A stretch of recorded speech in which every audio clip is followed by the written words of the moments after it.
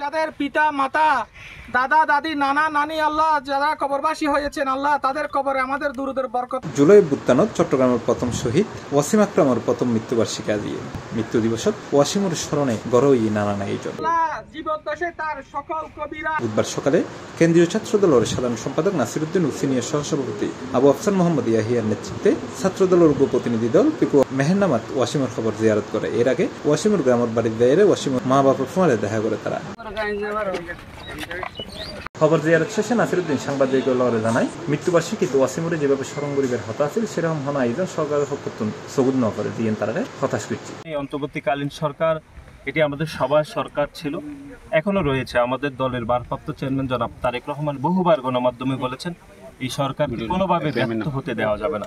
কিন্তু যে সরকারের মধ্যে এক ধরনের হচ্ছে আমরা দেখতে বিভিন্ন রাজনৈতিক আদর্শের মতাদর্শ তাদের মধ্যে হয়তো বর করেছে।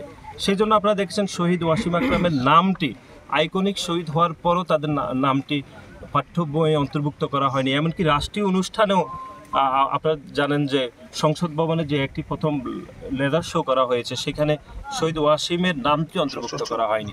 তারপরে আমরা গণমাধ্যমে যখন আমরা প্রতিবাদ করেছিলাম তারপরে সেটি সংশোধিত হয়েছে। সুতরাং এটি কোনোভাবে প্রত্যাশিত না। আর আপনি যেহেতু 34-35-এর বিষয় না, এটি এক নম্বরও থাকলেও যদি শহীদ ওয়াসিমকে ধারণ না করে তাহলে সমস্যা কিন্তু রয়ে যাবে। আমরা মনে করছি যে শহীদ ওয়াসিমকে রাজনৈতিক দৃষ্টিভঙ্গি থেকে দেখছে বলে আমাদের মনে হচ্ছে এই অন্তর্বর্তীকালীন সরকার, কিন্তু কোনোভাবে রাজনৈতিক দৃষ্টিভঙ্গি থেকে দেখা উচিত নয় বলে আমরা মনে করি। জুলাই 16 তারিখ শহীদ দিবস উদযাপন উপলক্ষে পেকু উপজেলা প্রশাসনের আয়োজনে দোয়া মাহফিল, জুলাইয়ের গল্প বলা, গ্রাফিটি উন্মোচন ও চিত্রাঙ্কন প্রতিযোগিতা, বৃক্ষরোপণ ও শহীদ দলের স্মরণে আলোচনা সভা অনুষ্ঠিত।